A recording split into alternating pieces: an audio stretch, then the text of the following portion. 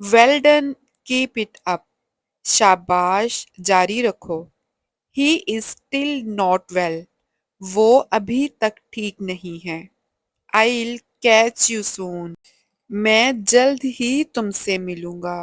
Please give me your hand. बराए मेहरबानी मुझे अपनी मदद दीजिए। Who is going to do this work? ये काम कौन करने जा रहा है? I have to go. मुझे जाना है। I really appreciate it. मैं वाकई तारीफ करता हूँ। I will do it again. मैं इसे दोबारा करूँगा। I'll do it tomorrow. मैं इसे कल करूँगा। I'll do it for you. मैं इसे आपके लिए कर दूँगा। Thank you so much for watching. मज़ीद लेसन्स के लिए सब्सक्राइब कर लीजिए लर्न इंग्लिश विद किरण।